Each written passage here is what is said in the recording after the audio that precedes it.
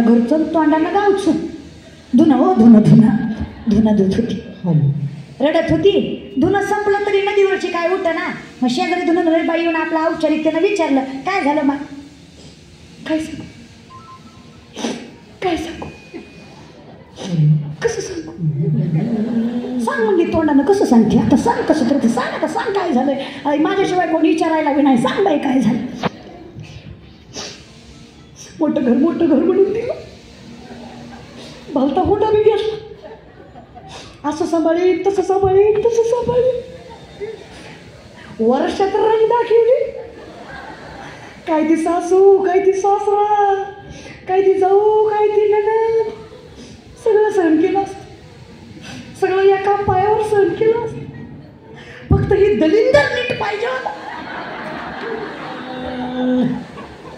कळतंय की त्यांना कुठला वाला हुशार आहे की तुम्ही ज्याच्या संग गाठ बांधली ती वाला. साखरपुड्यापासून लग्नापर्यंत इतके फोन केले. लग्न होस तर म्हणायचा तुझं तोंड बघितल्याशिवाय दिवस जात नाही.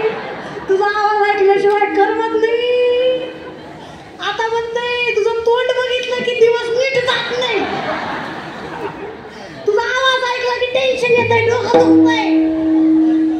एवढा फरक ज्यानं केला त्यांच्यामुळं वाटोळं झालं. ह्याच्या बोलण्याला फसून आले ह्यांच्याकडं. सगळं सहन केलं असतं जर नवरा चांगला असता.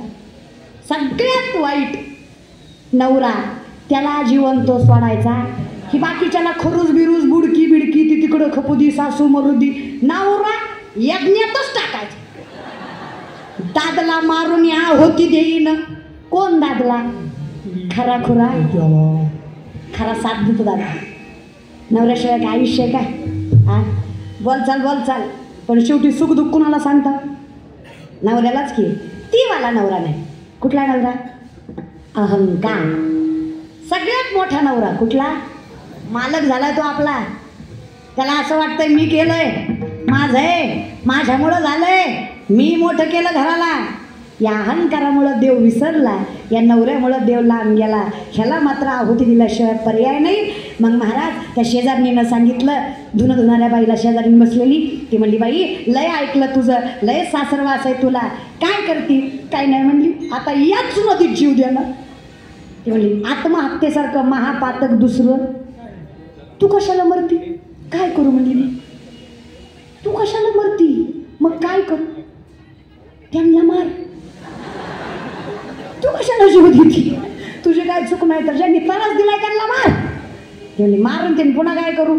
पहिली माझी हवी का यारवाड्याच्या ज्याला तर असं कधी बसू का म्हटली. लेकरं बाळ आहेत मला त्यांना कोण सांभाळायचं हा नाही ते मग मार म्हणजे मार. ऐकलंय म्हणे मी त्या विटा गावामध्ये शाकंभरी देवीचं स्थान आहे म्हणे. फार उज्ज्वलित मंदिर आहे म्हणे. फार अधिकारी मंदिर आहे म्हणे. अगं बाप नाही ऐकत आहे त्यावेळेस पण आईला सांगायला काय हरकत आहे. बापाला भीतीनं नाही सांगितलं म्हणून काय झालं आई सगळं ऐकून घेते. जा त्या शाकंभरी देवीच्या ठिकाणी. अगं जा तिथं मस्तक ठेव. तिच्या मस्तकावर सगळं दुःख सांग आणि तिला मागणं माग की आई आई म्हणून माझा सासरवास दूर कर आणि तुझ्या भक्तीचं दान माझ्या पदरात टाक. एवढं मागणं तिला माग कल्याण करेल तुझं. आईच्या दारात तिला म्हण अनादि निर्गुण प्रगटली भवानी. अनादि निर्गुण प्रगटली भवानी. प्रगटली भवानी अनादि निर्गुण प्रगटली भवानी. महिषासुर मर्दनाला गोळी. मोह महिषासुर मर्दनाला गोळी. महिषासुर मर्दनाला गुण. मोह महिषासुर मर्दनाला गुण. विविध तापाची करावया धारणी परित भक्तासी तावसी निर्वाण. आईचा जोगवा जोगवा मागेल आईचा जोगवा जोगवा मागेल आईचा जोगवा जोगवा मागेल आईचा जोगवा जोगवा मागेल आईचा जोगवा जोगवा मागेल आईचा जोगवा जोगवा मागेल आईचा जोगवा जोगवा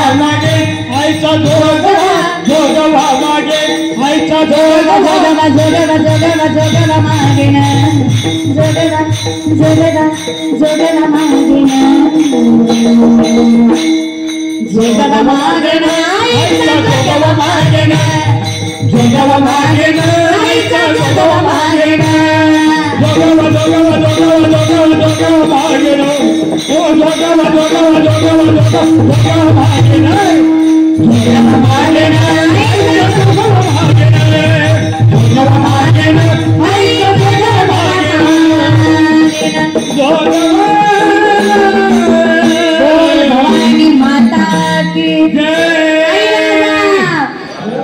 श्री शाकंभरी माते की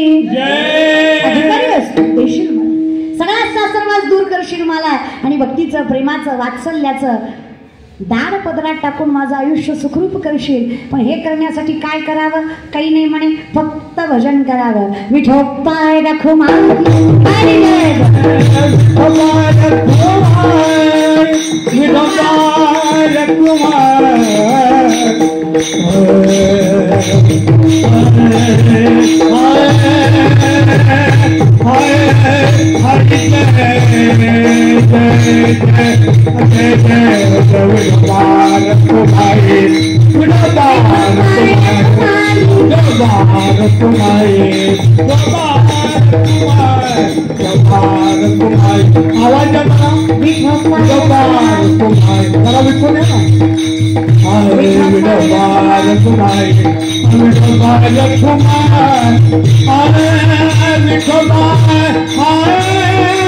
हरि जय जय जय जय जय जय जय गोपाल तुम्हारे गोपाल तुम्हारे गोपाल तुम्हारे गोपाल गोपाल तुम्हारे गोपाल तुम्हारे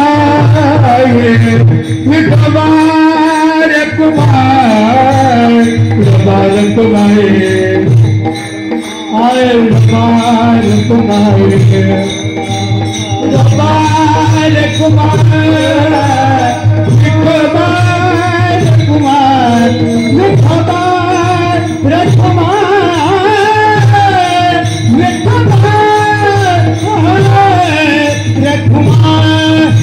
गोपाल तुम्हारे कुंडली तुकाराम पंढरीनाथ भगवान की मौलिक ज्ञानेश्वर महाराज की जगद्गुरु तुकाराम महाराज शिवचंदन की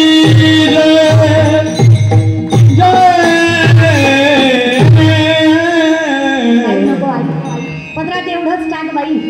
भक्तीचं प्रेमाचं वात्सल्याचं दान दे आणि अखंडितपणे सुखी संसार कर. याच्यासाठी जेवढे सांगितले तेवढे मारा. लक्षात येत ना?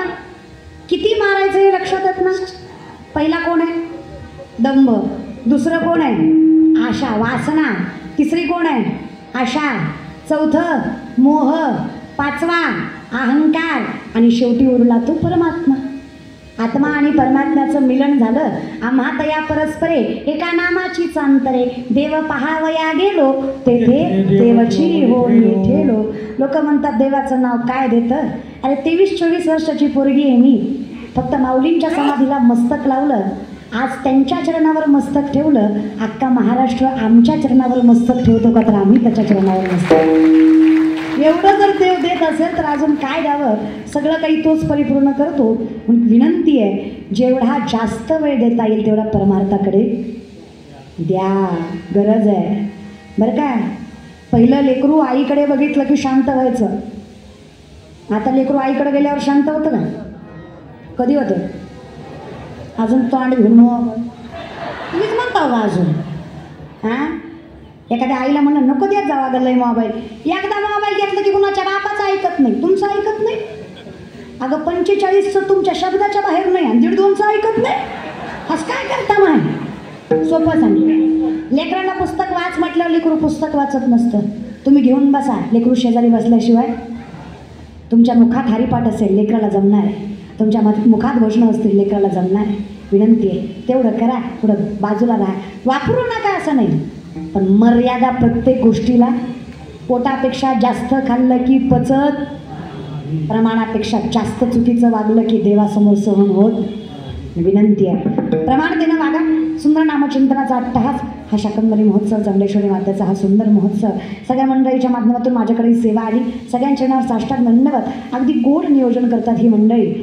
एवढंच सांगते, खारीचा ना खारीचा वाटा या आईच्या सेवेमध्ये आहे. ती जगत जननी त्याचं कल्याण केल्याशिवाय सोडणार नाही, जो तिच्या सेवेमध्ये सामर्थ्याने अविरतपणे कष्ट करतो. हा माझा विश्वास. तुम्ही करा, देव 10 पटून दिल्याशिवाय राहा. तुम्हा सगळ्यांचे मनस्वी आभार. सुंदर टाळकरी, गोड गायनाचार्य, उत्कृष्ट मृदुंग वादक विणकरी दादा, माईपंडित दादा, सगळी मंडळी, पैकीवादक दादा, सगळ्यांच्या नावावर साष्टांग दंडवत. माझ्यासोबत आलेल्या मुली, त्याचबरोबर आमचे अनिल भाऊ, अखंडितपणे कुटुंबाचं नातं ज्यांनी जपलं असे आमचे अनिल भाऊ माळी, त्यांच्या बहिणी इथंच आहेत, त्याच्यामुळे ती सेवेचा योग आला. वहिनी सगळे जण जमले. साष्टांग दंडवत तुमच्या चरणावर. काही चुकलं असेल तर क्षमा. सेवेला विना. ज्ञानेश्वरा